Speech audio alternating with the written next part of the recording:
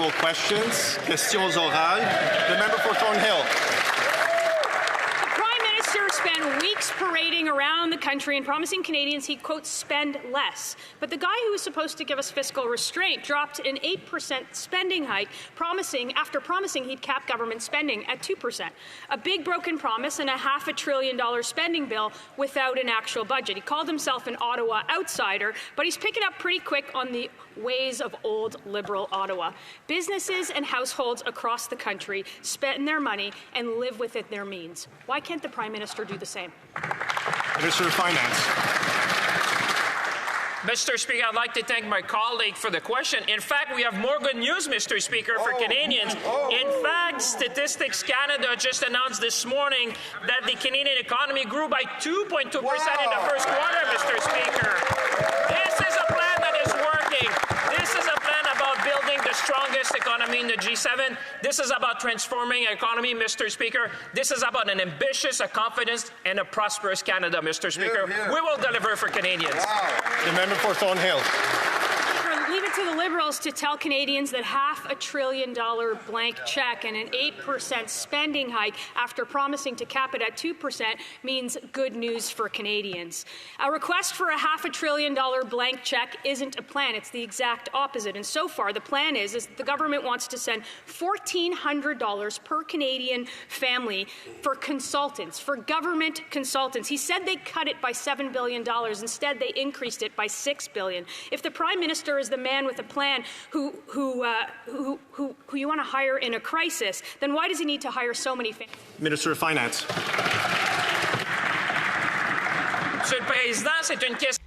Mr. Speaker, this is an interesting question, but the real question this morning is how much the Canadian economy has grown over the last quarter. And the answer, 2.2%, much higher than economists' predictions. So when you have a plan to grow the Canadian economy, to make it the strongest in the G7, to transform our economy, to have an ambitious and prosperous country, Mr. Speaker, well, that's what Canadians have asked for, and that's what we're delivering. Mr. Speaker, if the government had a plan, they'd table a budget yesterday and tell Canadians exactly how their money is being spent. And of course, nothing says affordability like hiring the architect of the housing crisis to fix the problem here. The new housing minister let Vancouver home prices rise by 179% when he was in office. So I have a very simple question. Can he tell us how much of this government's inflationary spending, how much is each Canadian mortgage going to go up as a result? Minister of Finance. Mr. Speaker, I like this question period this Friday because we have so many good news for Canadians. It is interesting, the question, but the real question is that we have a plan and our plan is working. 2.2%, Mr., in terms of growth in the last quarter. This is what Canada is about. It's about investing in our people. It's about investing in our industry. It's about investing in Canada. Mr. Speaker, not only we have growth, but we always have a triple rating, a AAA credit rating, Mr. Speaker. One of the two countries in the G7. Imagine, Mr. Speaker, that's a confident Canada. That's an ambitious Canada. That's the Canada we'll build together. Le député pour Louis Saint-Laurent.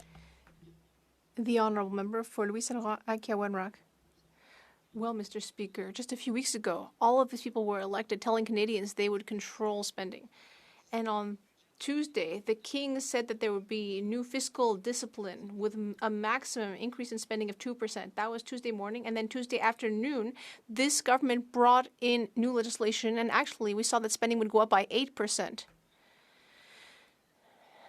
This new Prime Minister, who was supposed to be a global banker, who would have thought he would do worse than the former drama teacher, Justin Trudeau? So my only question to the Minister of Finance is, can you stop channeling Justin Trudeau? The Honourable Minister of Finance. Well, I have a great deal of respect for my colleague, Mr. Speaker. He's a veteran MP. But I don't know why he wants to distract Canadians from today's good news. For once, the Conservatives should be happy on a Friday morning, Mr. Speaker. We're looking at 2.2% growth in Canada. That's higher than what economists were predicting. We have a plan to grow the Canadian economy. We have a plan to build tomorrow's economy. We have a plan for a strong Canada. That's exactly what we're doing. The honourable member for Louis Saint-Laurent à Kiawenrock. Well, what's really going up, Mr. Speaker, what's going up by 36% is this Liberal government's spending on consultants. Already, last year, they were spending way too much, 20 billion, and yet now it's gone up to 26 billion. They have shown no ability to control spending. We can see that. Canadians want a government that controls spending. Why is the Minister of Finance refusing to table a budget? In fact, he was criticized by his leader last week. Will the Minister of Finance commit to tabling a budget this spring? The Honourable Minister of Finance. No, I'm sorry.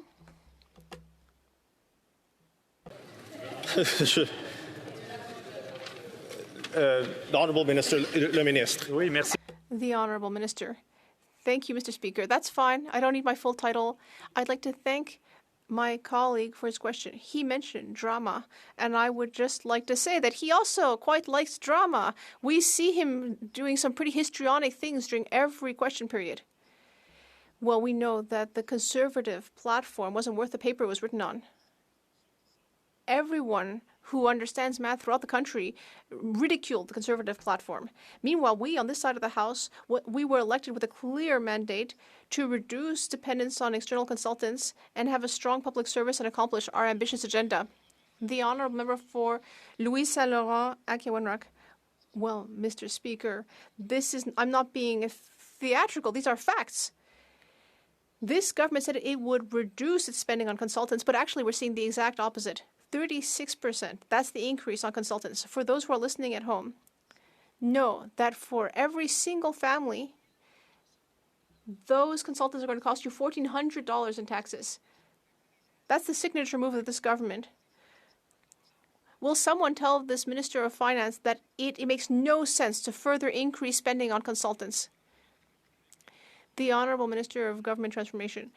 Thank you, Mr. Speaker. Well, we have reduced our dependence on consultants, but we were also elected on a very strong mandate. A mandate to increase government efficiency, for example, by using new technologies. My colleague mentioned Canadian families. Well, this week we tabled a motion in the House, a measure in the House, to give back on average each Canadian family $840 in tax cuts. Will the Conservatives support that measure? It's only common sense. The Honourable Member for Gaspésie-Les-Îles-La-Madeleine, Listigouche. Well, Mr. Speaker, elected officials should never spend Quebecers' money blindly, and yet that's exactly what the Liberals are proposing today. They're asking the House to adopt measures that are worth more than $200 billion without a budget. Not a budget, not even an economic update. They are spending without even trying to count what they're spending. If this new government wants to put an end to the frivolous image of the Trudeau years, well, they're off on the wrong foot. Will they finally make it clear to Quebecers what is actually going on with the public finances? The Honourable Minister of Finance. I have a great deal of respect for my new colleague, Mr. Speaker, and yet things are getting off on the right foot because the first thing we're doing is to bring in a tax cut for 22 million Canadians, including people in his riding, who will be very pleased to hear this news. 22 million Canadians will have to pay less in taxes. This is a key measure. During the campaign, we said we would make sure that Canadians had a more affordable lifestyle. And we're doing exactly what we promised. My colleagues should be happy to support this government measure. The Honourable Member.